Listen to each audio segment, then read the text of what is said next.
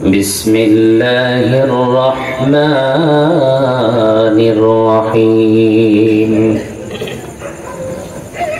اقرأ باسم ربك الذي خلق خلق الإنسان من علق اقرأ وربك الأكرم الذي علم بالقلم علم الإنسان ما لم يعلم قال النبي صلى الله عليه وسلم خيركم من تعلم القرآن وعلمه أو كما قال عليه الصلاة والسلام إن الله وملائكته يصلون على النبي يا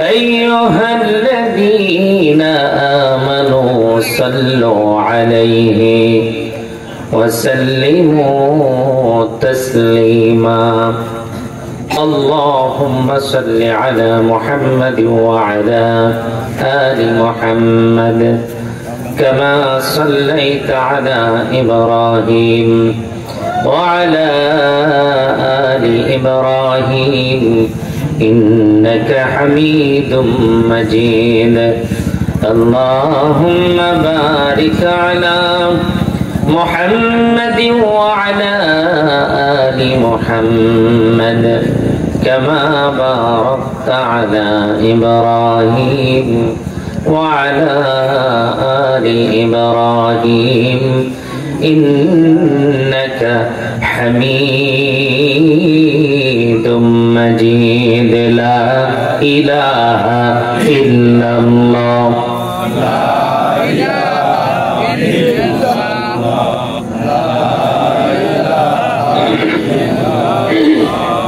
لا إله إلا الله لا إله إلا الله محمد رسول الله صلى الله عليه وسلم الحمد لله ইসহাক আমিনা তালিমুল কোরআন এর উদ্যোগে প্রথম অধিবেশন বিরাট তাফসীরুল কোরআন মাহফিলের সম্মানিত সভাপতি প্রধান অতিথি বিশেষ অতিথি আমন্ত্রিত উলামায়ে কেরাম বিশেষ করে আমার পূর্বে আলোচনা করলেন হযরত মাওলানা আবু মুসা আশআরী মাওলানা ইমাম আব্দুল আহাদ ও মাওলানা মুহাম্মদ ইকবাল মাহমুদ তাওসিফ সহ আমার পরে আসবেন আমার অত্যন্ত মহব্বতের স্নেহের আমার ছোট ভাই কারি মাওলানা মুহাম্মদ সিয়াম হোসেন বাস্তববাদী সহ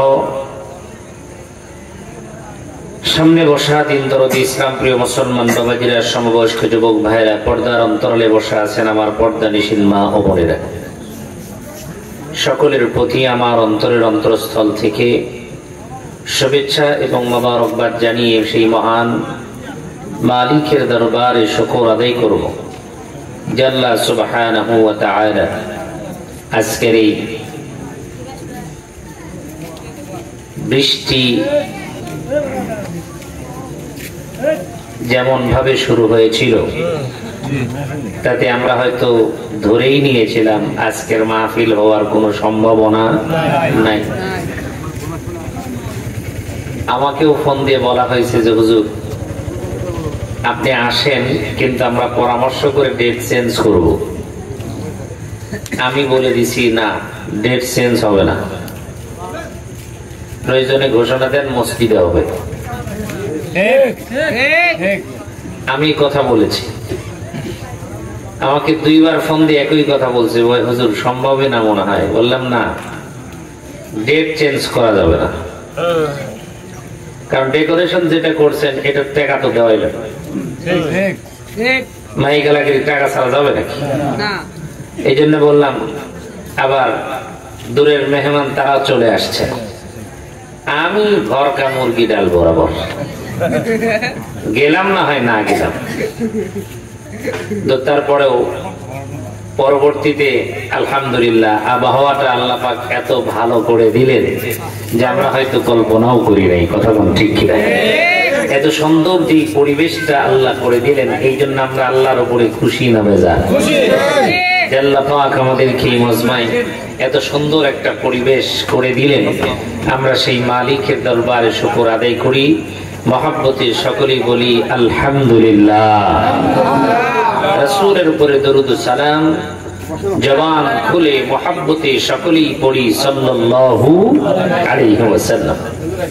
মুআজ্জাজ মুহতারাম, আমি লম্বা সময় কথা বলবো না, আমার কথা আপনারা মাঝে মাঝেই শুনতে পারেন, এলাকার মানুষ।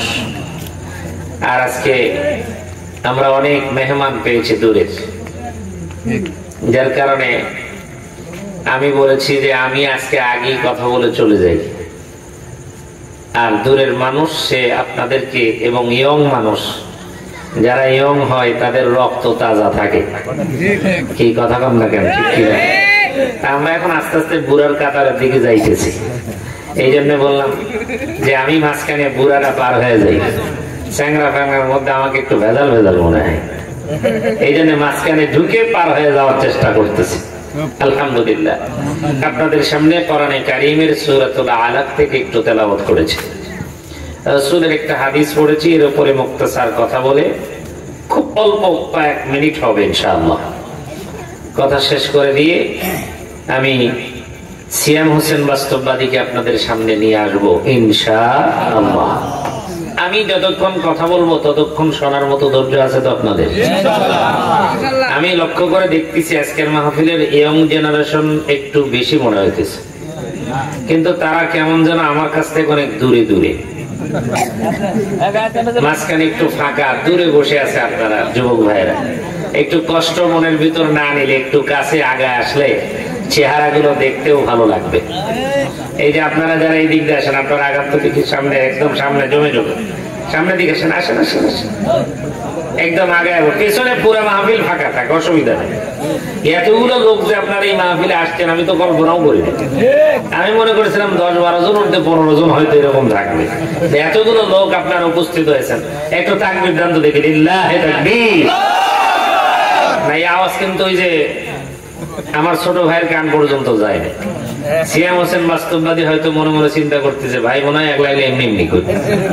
আপনারা একটু আওয়াজ করেন, আমার মঞ্চে যারা আছেন আপনারা চুপ থাকেন, আমার সামনে যারা আছেন তারা আপনারা আরেকবার একটু তাকবীর দেন, নারে তাকবীর, লিল্লাহি তাকবীর। আলহামদুলিল্লাহ, আল্লাহ তাআলা এই মাহফিলকে কবুল করুক, বলেন আমিন। আমি যে সূরা থেকে তেলাওয়াত করেছি, সূরাটার নাম হলো সূরাতুল আলাক। আলাক শব্দের অর্থ হলো জমাকৃত রক্ত। আল্লাহ পাক এই জমাকৃত রক্ত থেকেই আমাকে আপনাকে আল্লাহ সৃষ্টি করেছেন। কারণ মা এবং বাবা দুজনের মাধ্যমেই আল্লাহ পাক আমাদেরকে দুনিয়ায় পাঠিয়েছেন। কথা কোন ঠিক কিনা? এই সূরার ভিতরে এই শব্দটা আছে আলাক। ইকরা বিসমি রাব্বিকাল্লাযী খালাক খালাকাল ইনসানা মিন আলাক। এই আলাকের নামকরণে সূরাটার নাম হয়েছে সূরাতুল আলাক। কিন্তু এই সূরার যতগুলো আয়াত নাযিল হয়েছে, এই আয়াতগুলোর সর্বপ্রথম 5টা আয়াত নাযিল হয় এই সূরা। শুধু কোরআনুল কারীমের যতগুলো সূরা, যতগুলো আয়াত আল্লাহ নাযিল করেছেন, সর্বপ্রথম আল্লাহ পাক এই 5টা আয়াত নবীর উপরে নাযিল করেন। কয়টা আয়াত? 5টা আয়াত। প্রথম নাম্বার যে কথাটা সেটা হলো ইকরা। আল্লাহ বলেন জিবরাইলের মাধ্যমে, ওগো নবী আপনি পড়ুন। নবীজি ওই গুহার মধ্যে বসে বলেছেন, মা আনা বিকরিন, আমি পড়তে জানি না। একবার নয়, দুবার নয়, তিনবার জিবরাইল আল্লাহর নবীকে বুকের মধ্যে জড়ায় নিয়ে একটা চাপ দিয়েছেন, চাপ দিয়ে ছেড়ে দিয়েছেন। আবার পড়তে বলেছে, নবীজি পারে নাই। দ্বিতীয়বার আবার এমন করে জোরে ধরে চাপ দিয়েছেন। তৃতীয়বার আবার চাপ দেওয়ার পরে জিবরাইল বলেছেন, ইকরা বিসমি রাব্বিকাল্লাযী খালাক। যখন এই কথা বলছেন তখন আল্লাহর নবী পড়া শুরু করে দিয়েছেন। আয়াত নাযিল হয়েছে কয়টা? এটা কখন, কোন সময়? আল্লাহর নবীর 63 বছরের জিন্দেগি। বলেন কয় বছর? 63 বছর।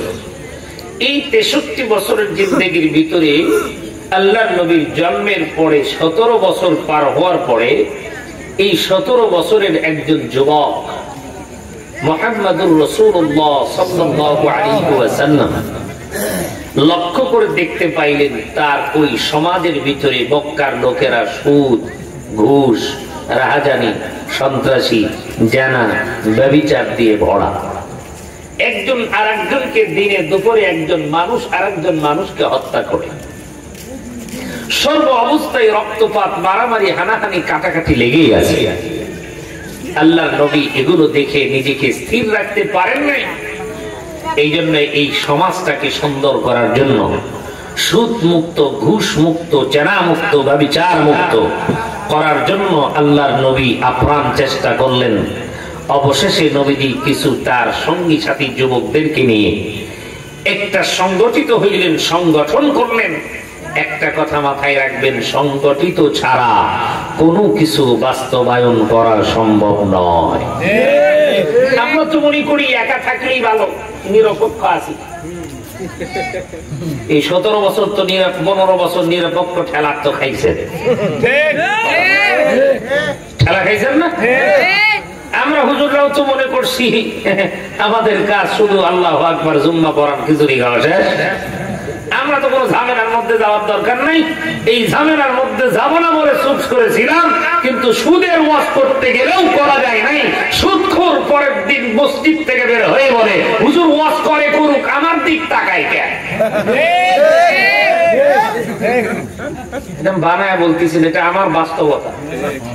দুবলেগাড়ি মসজিদে তো আমি নামাজ পড়াই, সুদের বয়ান করছি। এর নামাজ শেষে আসরের নামাজের সময় মুক্তা দিয়ে সে কয়, হুজুর আপনি সুদের ওয়াজ করছেন তো বেশ ভালো, কিন্তু ওয়াজ করছেন আর বলে ওই লোকটার দিকে একটু বেশি বেশি তাকাইছেন। লোকটা তো বাইরে গিয়ে খুব গরম, হুজুর ওয়াজ করে করুক, আমার দিক তাকাই লোকে। তার মানে হলো ওই যে আমাদের এক গ্রামগঞ্জে একটা প্রবাদ আছে, চোরের মন পুলিশ পুলিশ পুলিশ পুলিশ, মানে যে চোর ও তো পুলিশের কথা বলবেই। কথা ঠিক কিনা? ও সুদ খায়, সুদের ওয়াজ করতে গেলে কারোর দিক তাকানো যায় না, ঘুষের ওয়াজ করতে গেলে তাকানো যায় না। এমন একটা সমাজ দ্বিতীয়বার আমার বাংলাদেশে আসুক আমি তো চাই না। আপনারা চান কিনা বলেন? আমরা চাই এই সমাজ আর নতুন করে আমরা চাই। আমিও মুসলমান, আপনিও মুসলমান। সুদ খাওয়া হালাল,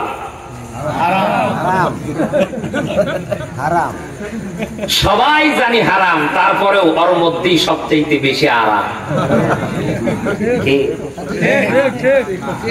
আল্লাহর নবী সাল্লাল্লাহু আলাইহি ওয়াসাল্লাম সংগঠন করলেন, নামটা দিলেন হিলফুল ফুজুল। এই হিলফুল ফুজুল সংগঠন দিয়ে আল্লাহর নবী কাজ করেছেন 23 বছর।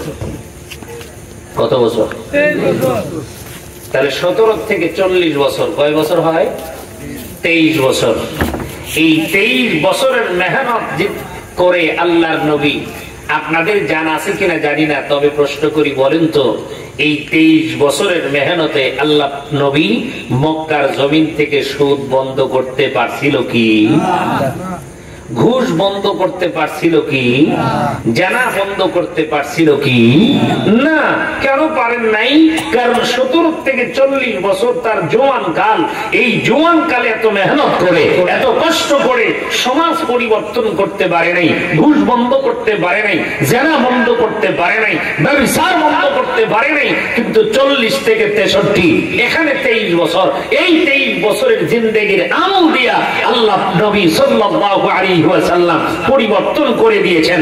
পরিবারকে পরিবর্তন করেছেন, সমাজ পরিবর্তন করেছেন, রাষ্ট্র পরিবর্তন করেছেন, পুরো পৃথিবীর ভিতরে ইসলামের আলো জ্বালিয়ে দিয়েছেন। কথা বল ঠিক কিনা?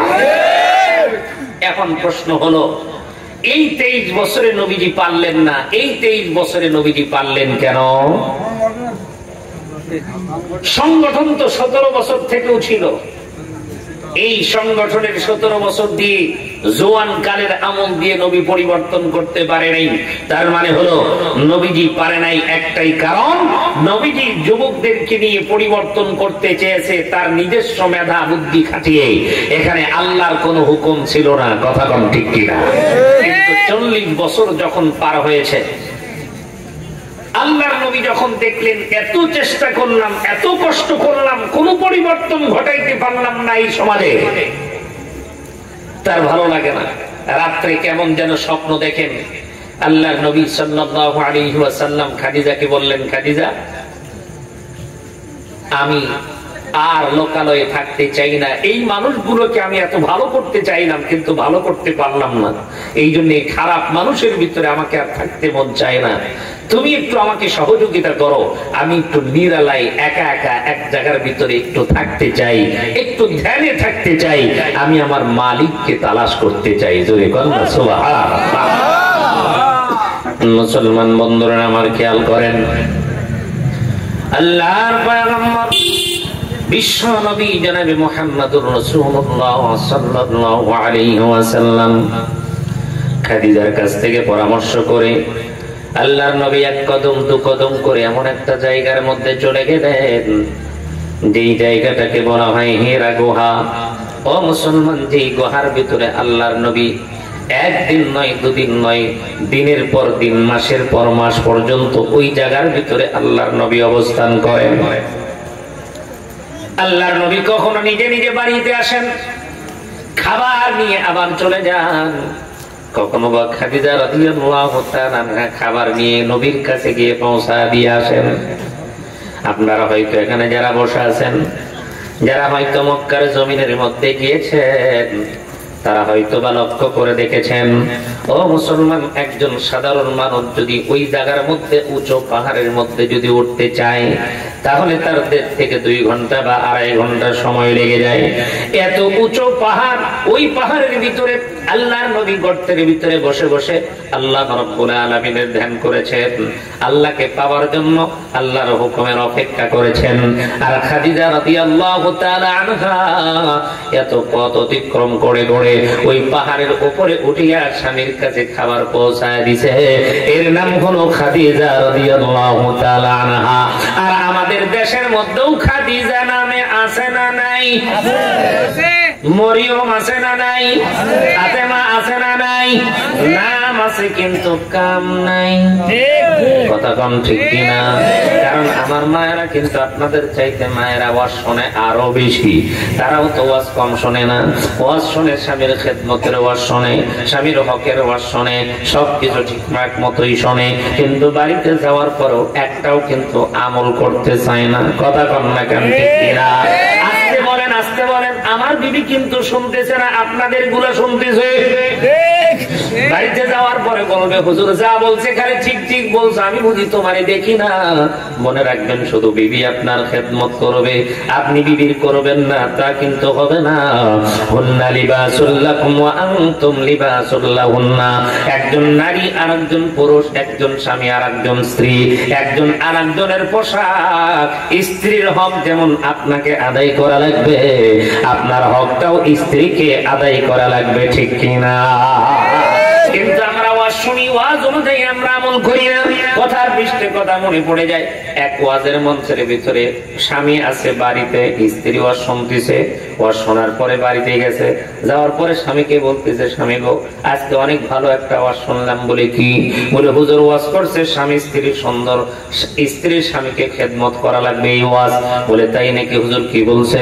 বলে ওই ওয়াজ করছে বিবি রহিমা আর আইয়ুব আলাইহিস সালাতু ওয়াস সালামের ওয়াজ করছে। বলে হুজুর কি বলছে? বলে বিবি রহিমা এত ভালো ছিল, স্বামীর পোঁছগুলা জিহ্বা দিয়ে চাইতে চাইতে পরিষ্কার করে দিয়েছে। এবার স্বামী তখন ডাক দিয়ে বলতেছেন, আর কিছু বলে নাই? বলে হ্যাঁ হুজুর, আমাদের কাছ থেকে ওয়াদা দিয়েছে আমরাও স্বামীর খেদমত করব, আমরাও পর্দার আড়াল থেকে আমরাও ওয়াদা দিছি, আমরাও স্বামীর খেদমত করব। এবার স্বামী তখন ডাক দিয়ে বলতেছে, বিবি রে তুমি তো জানো আমার পিঠের মধ্যে একটা ফড়া উঠছে। ফড়া বুঝেন তো? কেউ বা বাগি বলে, কেউ বা ফোট বলে। ডাক দিয়ে বলতেছেন, বিবি রে তুমি তো জানো পিঠে আমার ফোট উঠছে। কয় হ্যাঁ। এটা হয়তো জানো না, তুমি যখন ওয়াজ শুনতে যাও এই মুহূর্তে আমার ফোটটা পাইকা বের হয়ে গেছে, এখন ওই জায়গা আমার হাতও যায় না, আমি দেখতেও পারি না। যেহেতু তুমি কিছুক্ষণ আগে ওয়াজ শুনে আসলাম, আর ওয়াজের মধ্যে বিবি রহিমাত আইয়ুবের কি সুন্দর করে পোস্টটা জিহ্বা দিয়ে পরিষ্কার করে দিছে, এবার তুমি একটু আমলটা করো, তোমার জিহ্বা দিয়ে পিঠটা একটু পরিষ্কার করে দাও। এখন মহিলা মাথা চুলকায় আর কয় সর্বনাশ, কোন সময় কোন ওয়াজ।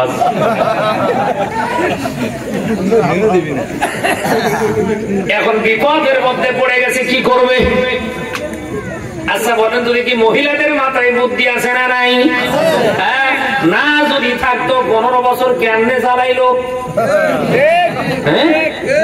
হাই রে বুদ্ধির বুদ্ধি, জামাত চালাইলো পারলো না, বিএনপি চালাইলো পারলো না, অন্য অন্য যত দল থাকলো, হেফাজত গেল, জামাত গেল, বিএনপি গেল, সব যখন চইলা গেল, আল্লাহ তখন কই সবাই যখন ফেল, আমার আবাবিল আমি দিয়ে দিলাম। আবাবিলের কথা হয়তো বোঝেন নাই। ও মুসলমান, মক্কার জমিন যখন ধ্বংস করার জন্য হস্তি বাহিনী যখন ঢুকে পড়েছে, তখন ওই হস্তি বাহিনীকে সামাল দেওয়ার জন্য মক্কার কুরাইশ বংশরা কয় আল্লাহর ঘর আল্লাহই দেখবে, আমার দেখার দরকার নাই। এই কথা বলে যখন সবাই চলে যায়, তখন আল্লাহ পাক ছোট্ট ছোট্ট পাখি দিয়া, হাতের মধ্যে পায়ের মধ্যে ছোট্ট ছোট্ট কঙ্কর দিয়া ওই হাতি বাহিনীকে আল্লাহ শেষ করে দেয়। আমাদের দেশের মধ্যেও তো দেখতে পাইলাম বড় বড় রাঘব বোয়াল, জামাত, বিএনপি, জাতীয় পার্টি, জাসদ বাসদ যা আছে, এমনকি হেফাজত, সব যখন ফেল, আল্লাহ পাক ছোট্ট ছোট্ট ছাত্রদের মাধ্যম দিয়া আল্লাহ হস্তি বাহিনীর বিদায় করে দিয়েছে। মুসলমান বুঝানোর জন্য বলতেছিলাম, মহিলাদের মাথায় বুদ্ধি আছে না নাই? কি পরিমাণ যে বুদ্ধি! অনেক সময় মাঝে মাঝে বলি, মহিলাদের যে কত রকমের কালা। আমার মায়েরা হয়তো বলবে, হুজুর আমাদেরকে আপনি আজকে গাল দিয়ে যাচ্ছেন। আমি বলি, মা না না না, আপনারা হলেন নবীদের মা, আপনারা হলেন সাহাবীদের মা, আপনারা হলেন ওলিয়া উলিয়াদের মা। আপনাদের গর্ভের থেকেই তো আল্লামা দেলোয়ার হোসেন সাইদে হুজুরের জন্ম, আপনাদের গর্ভ থেকেই তো মিজানুর রহমান আজহারের জন্ম, আপনাদের গর্ভের থেকেই তো বাবু নগরীর জন্ম, আপনাদের গর্ভ থেকেই তো এই জামানার ভিতরে সব চাইতে বড় আল্লাহওয়ালা বুজুর্গদের জন্ম। কথা কর না কেন, ঠিক কিনা? একজন পুরুষের চাইতে মায়ের সম্মান বেশি, কারণ পুরুষের পায়ের নিচে জুতা স্যান্ডেল, আর মায়ের পায়ের নিচে আল্লাহর জান্নাত। সুবহানাল্লাহ। শুধু তাই না, আয়েশা সিদ্দিকা রাদিয়াল্লাহু তাআলা আনহাকে ডাক দিয়ে বলা হলো, গো আয়েশা, আপনার কাছ থেকে একটু জানতে চাই, আপনি একটু বলেন তো, আপনার কাছ থেকে একটু জানতে চাই, আল্লাহ পাক পুরুষদের মাঝে নবুয়তি দিল, মহিলাদের মাঝে নবুয়তি কেন দিল না? এটা তো বৈষম্য হয়ে গেল। পুরুষরা নবুয়তি পাইলাম না, মহিলা কেন পাইলাম না? আয়েশা সিদ্দিকা রাদিয়াল্লাহু তাআলা আনহা সুন্দর করে ডাক দিয়ে বলেন, এ মহিলারা তোমরা শোনো, আল্লাহ পাক আমাদের সম্মান কমাবে না, এই জন্য আমাদের মাঝে নবী পাঠাই নাই। সুবহানাল্লাহ বলেন। আমাদের সম্মান কমাবে না, এই জন্য আমাদের মাঝে নবী দেয় নাই। বলে কেন কেন কেন? বলে পৃথিবীতে যত নবী আছে সব নবীর মা হলাম আমরা। যত নবী এসেছে প্রত্যেকটা নবী নবী মহিলাদের পেট দিয়ে তো আল্লাহ বের করেছেন। অতএব আমরা হলাম মায়ের জাত, যত বড় নবী হোক না কেন আমরা হলাম নবীর মা। কথা কোন ঠিক কিনা? সেই মায়েদেরকে বলি আপনাদেরকে ছোট করার জন্য নয়, বরং আপনাদের মধ্যে যেই ভুলগুলো আছে এই ভুলগুলোকে সংশোধন করে নিয়ে যদি আপনারা চলতে পারেন তাহলে এই সমাজের মধ্যে আপনাদের মান মর্যাদা বেড়ে যাবে। কথা কোন ঠিক কিনা? এবার স্ত্রী মাথা চুলকায় আর চিন্তা করে, আরে এখন কেমনে বাঁচা যায়, কেমনে বাঁচা যায়। আমার স্বামী যেই কথাটা বলছে এখন এটা এমন করতে গেলে জিহ্বা লাগার লাগবে। না না, জিহ্বা তো লাগাইতে পারবো না। এখন বুদ্ধি খাটায় বলে, তোমার নাম কি? কই কেন? কয় না না, আমি যার ওয়াজ শুনে আছি তার নাম হলো আয়ুব, আয়ুবের বিবির নাম হলো রহিমা। বলে আমার নাম কি? বলে তোমার নাম রহিমা। বলে তাহলে রহিমা আর রহিমার নামের সঙ্গে মিল আছে। এবার রহিমার স্বামীর নাম কি? কয় আয়ুব। কয় তোমার নাম কি? কয় আব্দুল করিম। কয় যাক বাঁচলাম। কয় বাঁচলাম মানে? কয় তোমার নামের সঙ্গে রহিমার স্বামীর নামের মিল নাই, আমল করার দরকার না। আজকে ওয়াজ যেই পরিমাণ হয় এই পরিমাণ ওয়াজ দিয়ে যদি মানুষ পরিবর্তন হইতো, এ মুসলমান সাইদি শাহ রহমাতুল্লাহ আলাইহি দুনিয়ার জমিন থেকে এই মুসলমান বিদায় নিয়ে চলে গেছেন। মানুষ তো এখনো পরিবর্তন হতে পারলো না। বজলুর রশিদ সাহেব বুড়া হয়ে গেল, যুক্তিবাদী বুড়া হয়ে গেল, কাদের সিদ্দিকী বিদায় নিয়ে চলে গেল, কাউসারি বিদায় নিয়ে চলে গেল। এত বড় বড় মানুষ দুনিয়ার জমিন থেকে বিদায় নিল, কই কই কই সমাজ পরিবর্তন হয় নাই, সমাজ পরিবর্তন হয় নাই। না হওয়ার পেছনে কারণ হলো আমরা কোরআন শুনিয়েছি, কোরআন দিয়ে নামাজ পড়িয়েছি, কিন্তু কোরআন দিয়ে আমাদের সমাজ পরিচালিত হয় নাই। কথা কোন ঠিক কিনা? এ বন্ধু, যেখান থেকে কথাটা বলতেছিলাম, হযরত খাদিজা রাদিয়াল্লাহু তাআলা আনহা এত কষ্ট করে আমার নবীর কাছ পর্যন্ত খাবার পৌঁছা দেয়। এই গুহার ভিতরে আল্লাহর নবী আল্লাহর দানে পড়ে থাকলেন, সিজদার মধ্যে পড়ে থাকেন। কখনো বা সিজদার থেকে মাথা উঠান, আবার সিজদার মধ্যে পড়ে যান। একদিন নয়, দুদিন নয়, এমন করে চলতে থাকলেন। আমার আল্লাহ রাব্বুল আলামিন জিবরাইলকে ডাক দেয়, বলে জিবরাইল, আমার নবীর আজকের 40 বছর পূর্ণ হয়ে গেছে, আমি এখন তার উপরে দায়িত্ব দিতে পারি, কারণ এখন দায়িত্ব দিলে তার দায়িত্ব থেকে এদিক সেদিক তার নষ্ট হবে না। আল্লাহ রাব্বুল আলামিন আয়াত পাঠিয়ে দিলেন। ও মুসলমান, প্রথম যেই আয়াতটা আল্লাহ পাঠাইলেন তার নাম হলো ইকরা।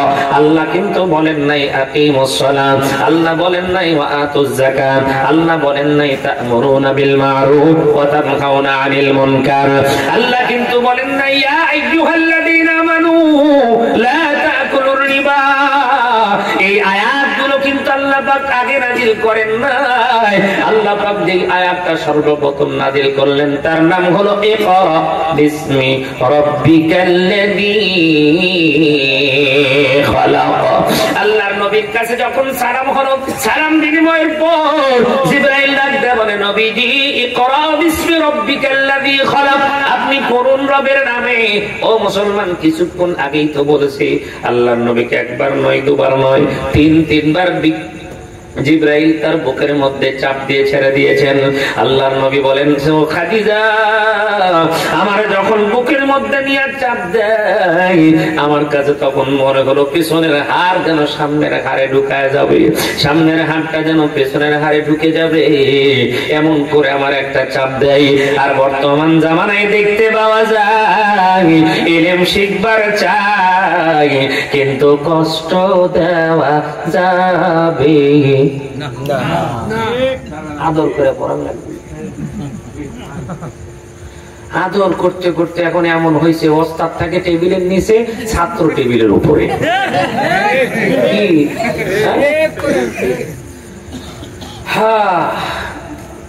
প্রাইমারি স্কুলে পড়েছেন যারা, মুরব্বীর এখানে যারা আছে জিজ্ঞেস করেন, ওই স্যারের কথা আজকে তারা বেশি বলে, যেই স্যার সবচাইতে কড়া ছিল। আর এখন আমরা ছাত্র ভর্তি করে আসে, আমরা মাদ্রাসায় আছি তো হুজুর খুব দরদের চল, হুজুর পেটন টেটন দাম দিয়ে না আদর করে পড়ে।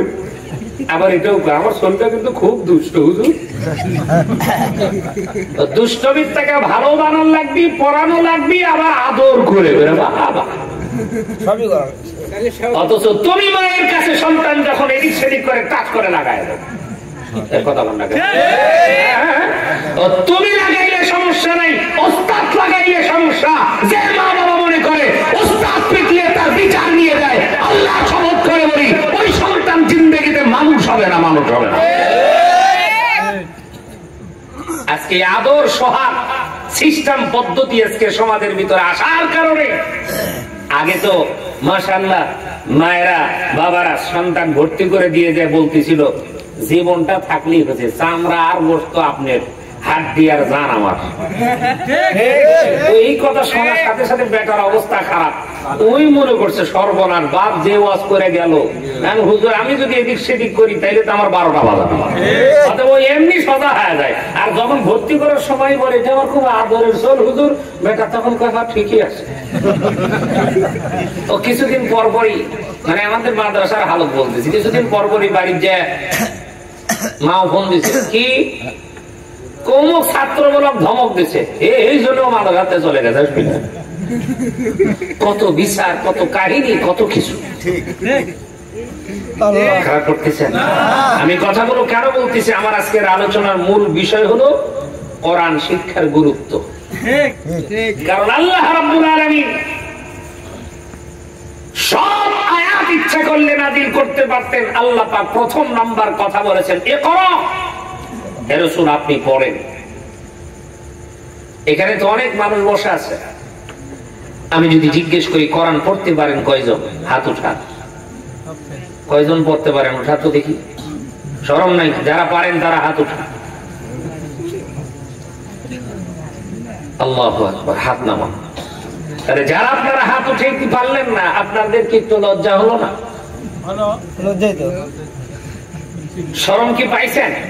যদি শরম প্রকৃত পক্ষে এর মধ্যে হয়ে থাকে, তো আগামীকালকেই আপনি হয়তো বলবেন, এই যে ইসহাক আমিনা তালিমুল কোরআনে যখন কোরআন শিক্ষা দেওয়া হচ্ছে, যাই না একটু ওখানে একটু সময় দেই, ওখানে একটু সময় দেই, যে একটু আমি শিখি। অন্তত পক্ষে সূরা ফাতিহা, সূরা ইখলাস, সূরা ফালাক, সূরা নাস, সূরা কাউসার, এই সূরাগুলো অন্তত পক্ষে শিখলে আমার নামাজ হবে। দোয়া মাসুরা শিখেন, দরুদ শরীফ শিখেন, তাশাহুদ শিখেন, দোয়ায়ে কুনুত শিখেন। যেগুলো না শিখলে আপনার নামাজ হবে না।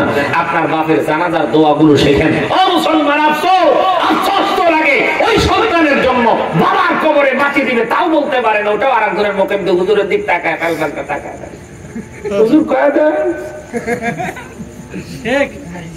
আপনারা হাসতেছেন, আল্লাহ হাসেন না, এটা হাসির কথা বলি নাই। লজ্জা থাকা দরকার মুসলমানের। আজকে আমরা কোরআন থেকে দূরে থাকার কারণে এই সমাজের মুসলমান হয়ে আলেমদেরকে নিয়ে সমালোচনা করে, মুসলমান হয়ে আলেমদেরকে গালি দেয়, একমাত্র কারণ কোরআন শিক্ষা না থাকার কারণে। আজকে আমরা ইসলাম থেকে অনেক দূরে। আল্লাহর নবীকে আল্লাহ পাক সর্বপ্রথম কোরআন শিক্ষা দিয়েছেন, কোরআন শেখার কথা বলেছেন। কোরআন পড়ো, কোরআন যদি নাই পড়েন তো কোরআনের তর্জমা শিখবেন কোত্থেকে? আল্লাহ এই জন্য বলছেন ইকরা বিসমি রাব্বিকাল্লাযী খালাক। আল্লাহর নবী আবার এই কোরআন পড়ার ব্যাপারে নবীজি সার্টিফিকেট দিয়েছেন, কি খায়রুকুম মান তাআল্লামাল কোরআনা ওয়া আল্লামা। এই পৃথিবীতে সর্বশ্রেষ্ঠ ওই ব্যক্তি যে কোরআন শিক্ষা করে এবং অপরকে শিক্ষা দেয়। লিল্লাহি তাকবীর, নারে তাকবীর। প্রধান মেহমানের আগমন, এই আওয়াজ করে কান না কান, প্রধান মেহমানের আগমন। লিল্লাহি তাকবীর। শেরপুরবাসীর পক্ষ থেকে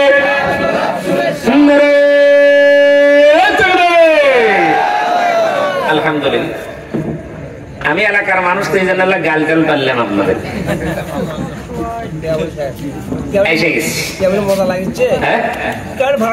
বহু মজা হবি। ওয়াজ কি মজার জন্য নাকি? ওয়াজের নাম মজা না, ওয়াজের নাম হলো বোঝা, তদ অনুযায়ী আমল করা। কথা কোন ঠিক কিনা?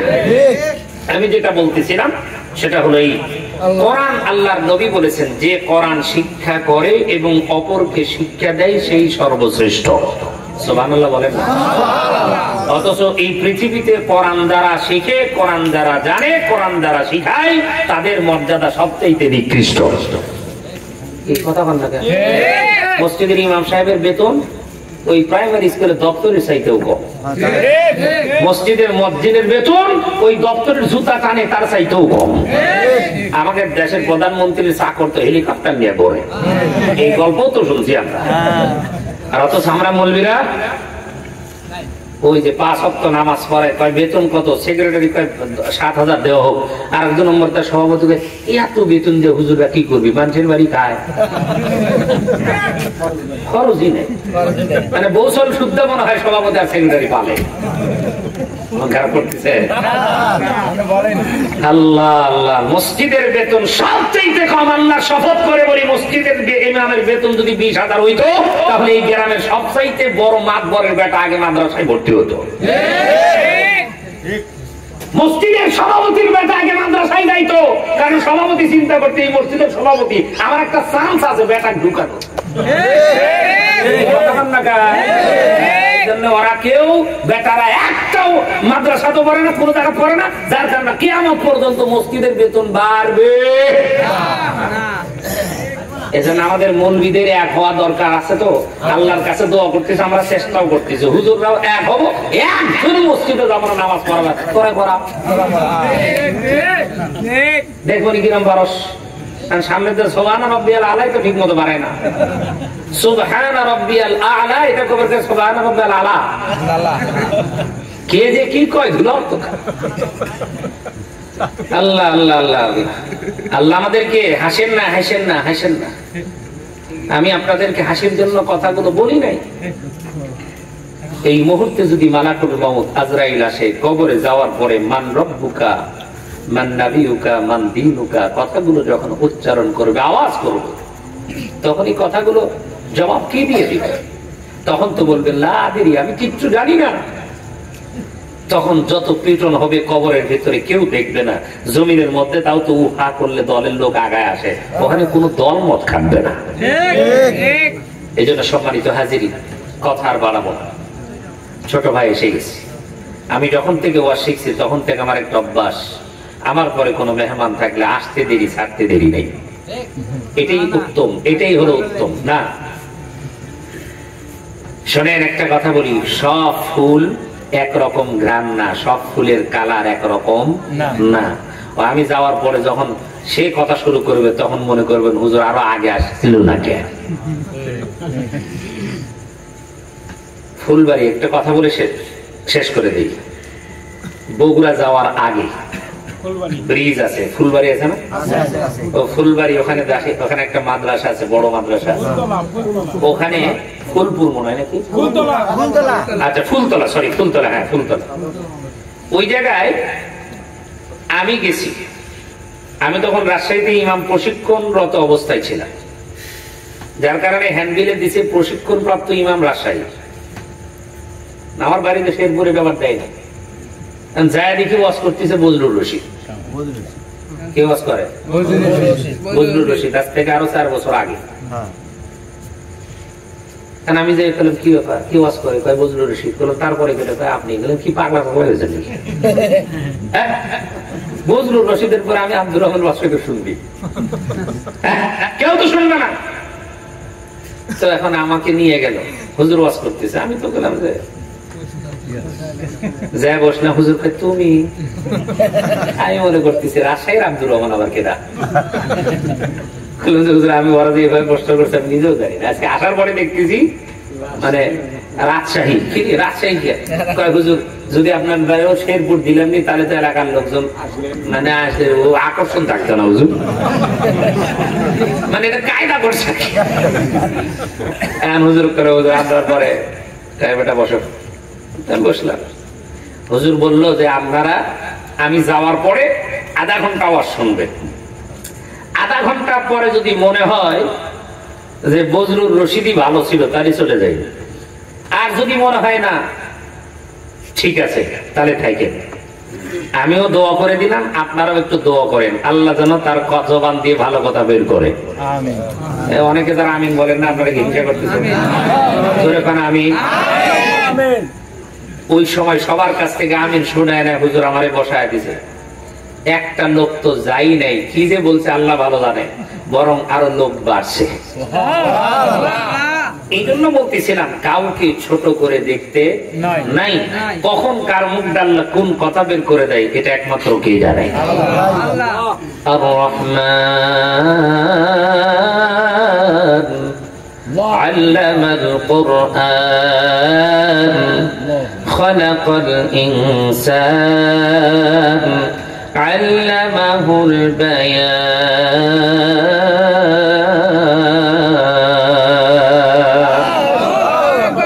নিজের পরিচয় দিতে গিয়ে বলে আমি সেই রহমান যে রহমান কোরআন নাজিল করেছি, কোরআনের শিক্ষা দিয়েছি, মানুষ সৃষ্টি করেছি, শুধু মানুষকে সৃষ্টি করি নাই, মানুষকে কথা বলার শক্তি দান করেছি।